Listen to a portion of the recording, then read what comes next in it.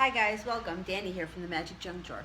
So today I wanted to do another video on the Mandela effect. And this is another one of those things where I'm not really sure how I feel about it. I don't know what to believe. The idea of us slipping from one reality into another reality, into one dimension to another dimension, seems pretty crazy, even for someone like me to believe. Like, to me, I just think it sounds a little bit nuts. But you know what? Maybe there is some truth to it. There is so much that we don't know.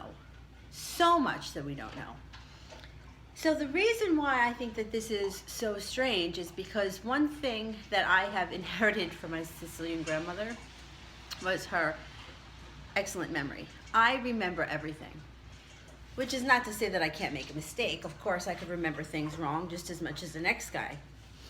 But I worked for A&P for many, many years. I basically grew up there, and I was very familiar with the national products because that's where I spent most of my time.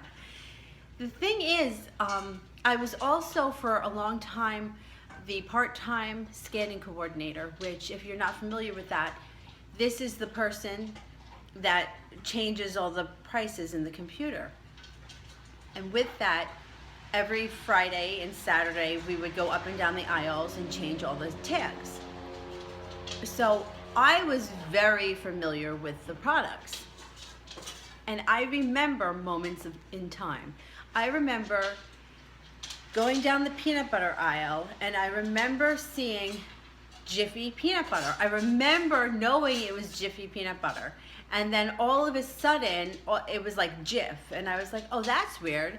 I always thought it was Jiffy. I guess they're calling it Jif now for short. I mean, and like, we're talking that this probably goes back a good 15 years or so. So people nowadays are talking about it. This is an experience I had a very long time ago. Another one is the Gordon's fish sticks. When I was a kid, we used to eat fish sticks. Like, my mom would have them in the house, and they were Gordon's, G-O-R-D-O-N, Gordon's fish sticks. And we even joked, when I was at my day job, working full time, one of the VPs had to go out on the roof and it was raining, and he was in the yellow suit, the rain slicker outfit, and we were even saying, oh, look, he's the Gordon's fisherman. Well, if you have fish sticks in your freezer right now, go check, because his name is not Gordon. It's Gorton with a T. It's G-O-R-T-O-N. So I'm bringing these things up to my brother. And my brother is totally the opposite of me. So we're in his house and we're going through like the different things, like Gordon's, and he's like, no way, we're all freaking out because all of us remember it the same way. Now, how the hell can we all remember everything wrong? Another big one was when I was a little kid. I was very little. I was maybe like 5 or 6. My next door neighbor lived next door to me. She used to spend a lot of time with me. Me and my brother, and she had these books that were called, what we remember, the Bernstein Bears. Apparently, they're the Bernstein Bears. And I remember being on her front porch and her saying, no, look, it's Berenstain. It's Stain, not Steen. But here's the thing. It's not Bernstein or Bernstein. It's Beren. It's B-E-R-E-N. S-T-A-I-N. It's Beren. So, but I remember that moment. So people are talking about it today, like it just happened today, but I remember having this experience when I was a little kid. Probably 5 or 6. So the one thing that my brother brought up to me was maybe because we knew people whose last name was Bernstein, maybe we remembered it as Bernstein because that was a common name to us, like we were familiar with it. I mean, I could kind of buy that, but what if you've never heard of anybody by the last name of Bernstein? What if it wasn't that common in your neighborhood? Maybe if you didn't have that many people with that kind of a name. How come there are people all over the place talking about these things if we've all had the same experience? This is another one that is totally mind-blowing. My brother and I used to work at this company, and there was another guy that worked there with us, and I always change everyone's names, so we'll call him Dan. So one day Dan came home with us and we were living with our mother at the time. Now, my mom has been dead almost 20 years, so this is a long time ago. We came home, we were living with our mother, and we were playing Monopoly. Now, Monopoly was a game that I grew up playing. And it was always like a family joke that my brother and I used to cheat when we played with our grandparents. And we played with our grandparents all the time. My mother's parents, we saw them on Tuesdays and Sundays. My father's parents, we saw them on Fridays and Saturdays. We were with our grandparents all the time. We played Monopoly all the time.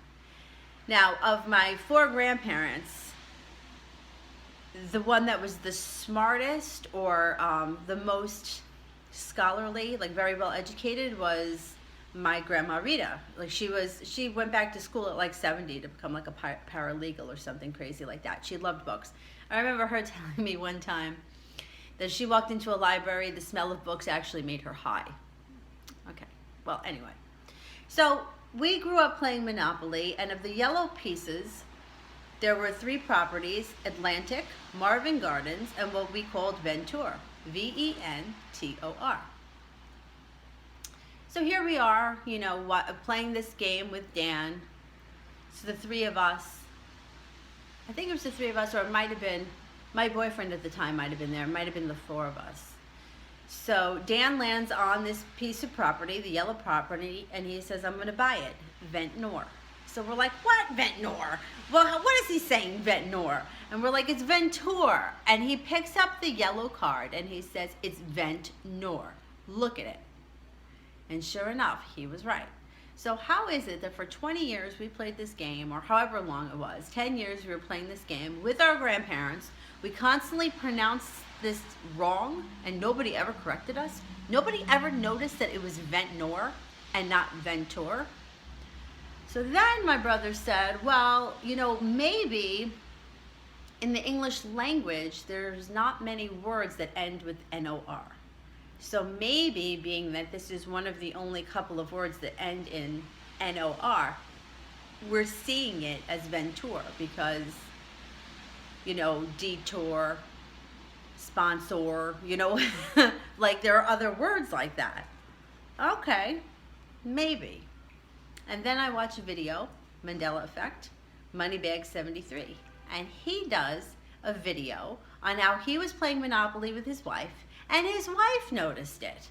They had been calling it Ventura. He even said that he was calling it Ventura.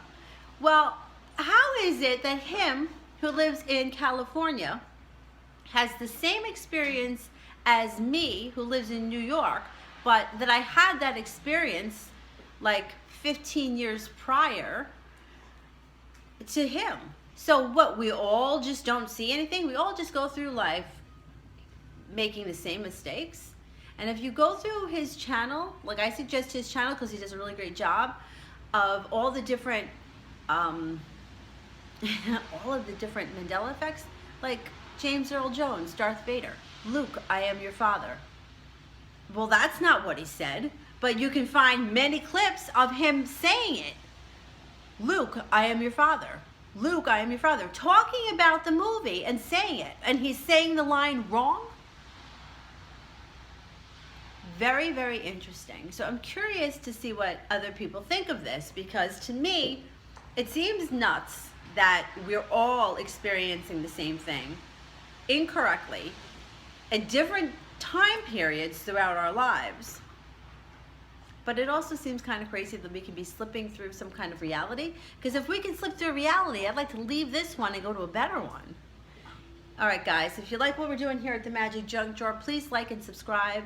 Don't forget to share us with your friends, and please comment. Tell me what you think of this Mandela effect. And check out Moneybag 73 because he does a really great job of all of these Mandela effects.